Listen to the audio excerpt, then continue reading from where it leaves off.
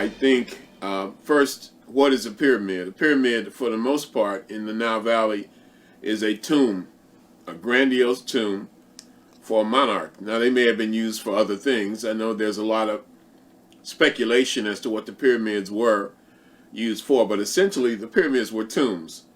And the first one, obviously, is designed by Imhotep for a king named Zoser. And this is during the third dynasty. This would take us to about, I would say, 2800 BC. And then you have a series of other pyramids, but the big ones, or the classic ones, the ones that most people identify with, are those on the Giza Plateau. And these are the pyramids of Khufu, Khafre, and Menkaure. And it's also believed, and I subscribe to it, that what we call Hormakhet, the Great Sphinx, was carved in the likeness of the African king Khafre, who is the second of the great pyramid builders on the Giza Plateau. So we're talking about 2575 BC, or 4,575 years ago. A mighty long time. There's no Greece at this time. The first dynasty in China has not developed. You may have a contemporary civilization in the Tigris-Euphrates in Iraq at that time, but certainly this is something that has taken place in terms of pyramid building on an unprecedented scale in Africa. So it goes through the 4th dynasty, the 5th dynasty, the 6th dynasty. This is when the big pyramids were constructed.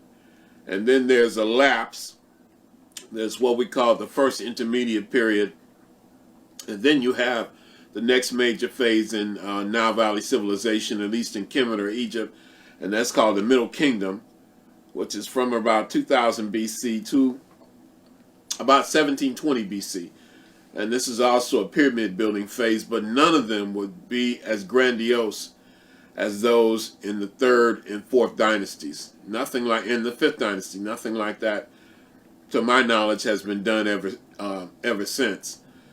In terms of the technology, obviously people were very, very advanced. The Great Pyramid itself, which is the Pyramid of Khufu, the actual name is Khufu on the horizon, is I think 486 feet high, or 481 feet high. It's 48 stories high.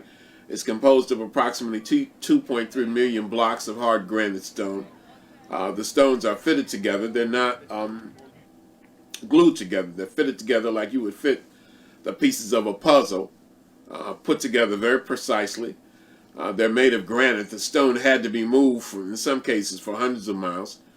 So you had to have strong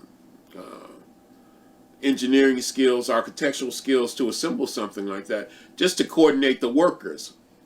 We don't know how many people were involved, but we know it was a vast project, a national construction project. And so when you look at it like that, you can begin to see that Egypt, Africa itself, because Egypt is a part of Africa, was not a primitive place at all, but the people were very, very advanced.